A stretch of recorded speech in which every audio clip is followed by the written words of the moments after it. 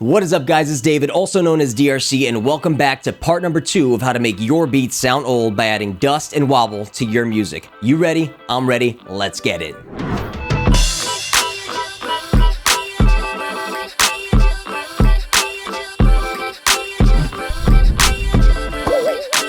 If you like this video, be sure to hit the like button below. Also subscribe to the channel because once a month we're going to be coming out with a DJ live stream called Headroom Sessions.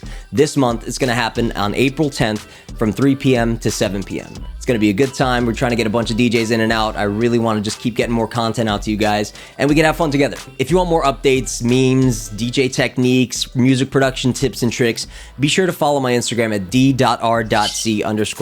I post way more frequently on there, so check that out if you can. And without further ado, let's get into part 2 of the series with tip number 3. Alright, so tip number 3 is using the Ableton stock Echo device as a noise generator to add some dust or grit over your entire track. So what I'm going to do here is I'm actually going to completely bypass the Echo tab on the Echo device, and I'm going to go over to Character.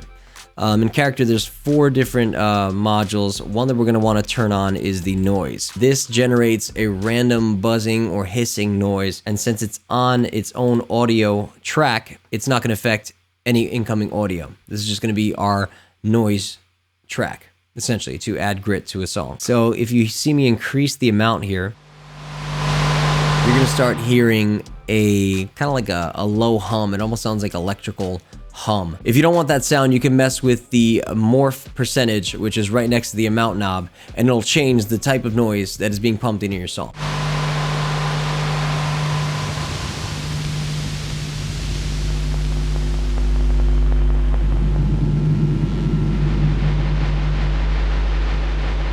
So it's a pretty cool different use of an Echo. Alright, so now what we can do is use this Echo noise generator to follow a specific part of the track, kind of like how RC20 does it when you either use the ducking or the follow function on the noise generator portion of the RC20. So what we do is turn on the noise, raise the amount, and we're gonna add a gate. And I have a drum bus here, so I'm gonna go to the drums, click the drum bus, and use that as a sidechain for my gate. And then I dialed in the sidechain. What that does is it essentially follows the drum pattern and introduces a little bit of the noise from what that Echo generates following the drum pattern. So it adds a little bit of more grit or dust to the drum pattern, and you can dial that in with EQ and utility, whatever you want to give it some more sheen. But yeah, let's hear what that sounds like.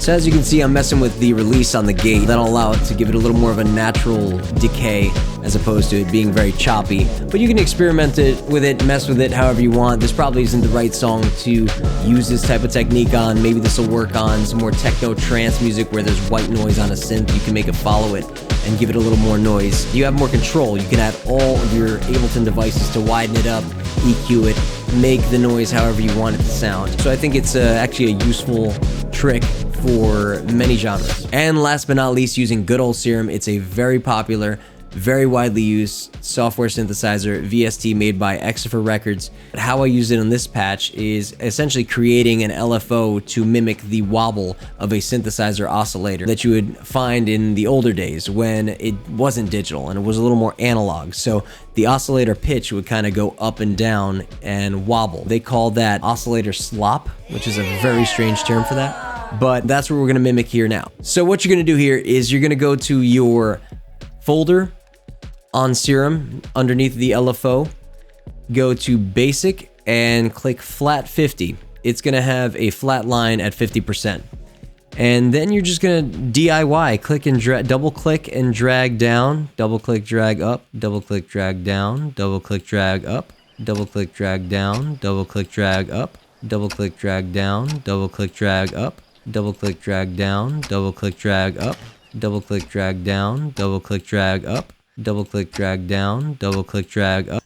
You get the idea. So you're going to take this and you're going to map it to oscillator A and B, of course, pitch. I'm going to go over to the Matrix tab, and you can see here I mapped my LFO1 to oscillator A's coarse pitch, and then I lowered the amount to about 3. I also mapped it to oscillator B, and you're gonna see the very slight movement that the pitch creates. So have a listen.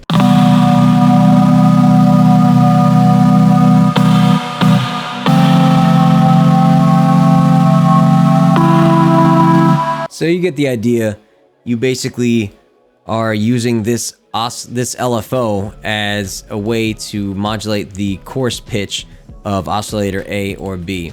And then you dial in the amount however you want. You can raise it or lower it to make it more drastic or less drastic, but I suggest you leave it at a very small amount, like 3, so it just pitches up and down very subtly. Another thing to note, that the type of modulation is bipolar instead of unipolar, so it goes around the 0 point on the pitch. All right, and last but not least, this is actually a technique that I just found out just recently, like today. I'm gonna load up a regular patch on Serum. I think it's one of the stock pads that they have. If you want to add some old wobbles to it, another way to do it is go to the global tab, and you have your chaos filters, or your chaos LFOs, and you can use these to add some kind of wobble to your track. The only way you can find the chaos oscillators is under the matrix tab in Serum. You're gonna go to the drop down boxes under source and click chaos 1 or chaos 2. I selected chaos 1, and then you're gonna want to use the destination, your master tune. You can find that on the drop down of destination. Go to global and click master tune. You're gonna want to turn the type of modulation from unipolar to bipolar. It's going to have arrows on both directions, so that means it crosses 0 instead of only going positive. And then you're going to want to turn up the amount. Now, if you turn up the amount too much, it's going to sound really weird and really pitched up. So I'm going to show you what that sounds like.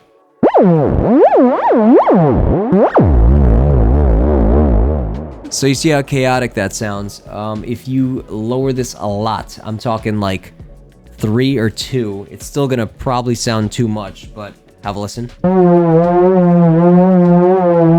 But you see, it's kind of getting to the effect that we want. You know, it's kind of getting to that up-down effect that we want. So I'm going to lower the output as well.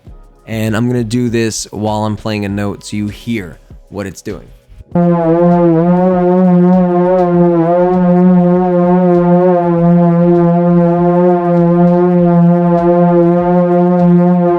So you notice it is changing in pitch, but you can really control how pitchy you want it to be by dialing in the amount or the output levers that you see in the matrix tab. So give that a shot, test it out in your songs. Maybe you can have some interesting Stranger Things type synthesizers in your tracks, and yeah, have a ball with it. All right, guys, that's it for today. If you liked the video, be sure to check out part 1 right here, and also link you to my channel so you can check out all my other videos. This is DRC signing out and reminding you, keep doing what you love.